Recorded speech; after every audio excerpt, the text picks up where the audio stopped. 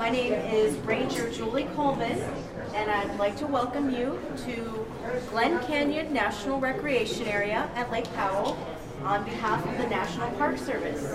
So we've got a great little program today. Where are you all coming from? Kentucky. Georgia. Chicago. Guess who's coming from Georgia?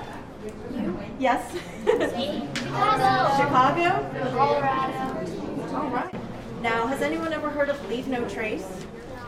No? Yes. Maybe?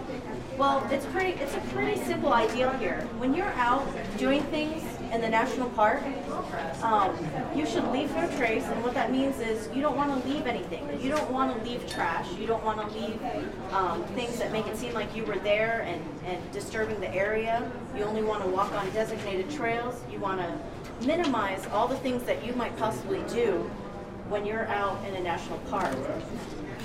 Now, how many of you have visited other national parks? Did you ever notice trash anywhere? Did it ever look really bad? And how did that make you feel? Yeah, maybe not so good. So who do you think is in charge of taking care of all the land that we visit? Who's in charge? We are? Exactly. Everyone's in charge. Now, do we want to do maybe a little activity where we have to stand up? All right, so I need 1, 2, 3, 4, 5, 6, 7, 8, 9. I need 10 volunteers. So I need you all to do some teamwork here and line up in order in the order that you think that these will break down or disappear from the environment. So on this end, if you think your item takes the longest time to break down or disappear, I need you to stand on this end. If you think your item will break down or decompose very soon, stand on this end. Do you all understand? Yeah. All right. So starting on the end here, how long do you think it takes that apple to break down or decompose in the environment? Not a long time. Not a long time. Do you have a guess, like weeks or months? Months. Months? Well, actually it takes about 2 to 4 weeks. So far you're good. You're correct here. Apple is first. So next, as we move down, oh, you happen to be correct. We have milk carton. So how long do you think that might take to break down? Weeks, or years, or months? It's paper, but it has wax on the outside. So Exactly.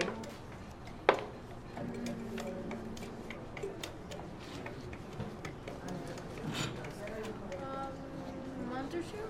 A month or two? How about 5 years? Can you imagine that it would take that long? Now, and I think that you all might have taken a look at this paper beforehand because you're exactly, you're in order here. So, and next, oh, I just need you all to switch. Just us two? Yep, just you two.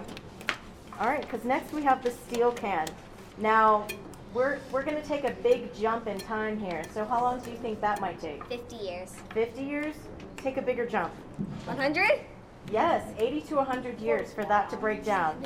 All right, and I'm going to give you another hint. For that aluminum can, we're taking an even bigger jump. About 200 years. Yes, 200 to 400 years is what we're guessing. So what do you have? Plastic bottle? Yeah. Even, like, I don't know, 1,000 years? 1,000 years? It could take, depending on where it's at. This is showing at minimum 450 years. So, I mean, that all these years and months and weeks that we're saying, that's just at minimum. So it could take even longer. All right, so what's the next item? Like a glass bottle. Glass bottle. All right, and you all definitely were in the right order because glass bottle was next. So any guesses? This is going to be an enormous jump in time. 1,000 years? Yes, thousands to millions of years for that glass bottle to disappear. And then styrofoam. What is your guess? 2 million? 5 million years. 5 million years. Sometimes. Well, I don't know if you knew this, but there is no guess on how long it would take because we think that it might never ever disappear from the environment. What that means is we're starting out with the apple. The reason why that's going to disappear is because it just decomposes and it's made, it's biodegradable. So it's just going to go back into the land.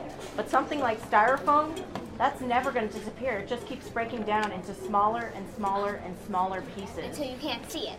And yes, until you can't see it. Then it technically goes off the earth, but really it doesn't. But do you ever see just one tiny piece of styrofoam, or do you see a bunch of trash always together? A bunch of trash on. There's a lot of times a bunch of trash together. So one of the reasons why we want to do this type of project is because this is a recreation area, and lots of people come here.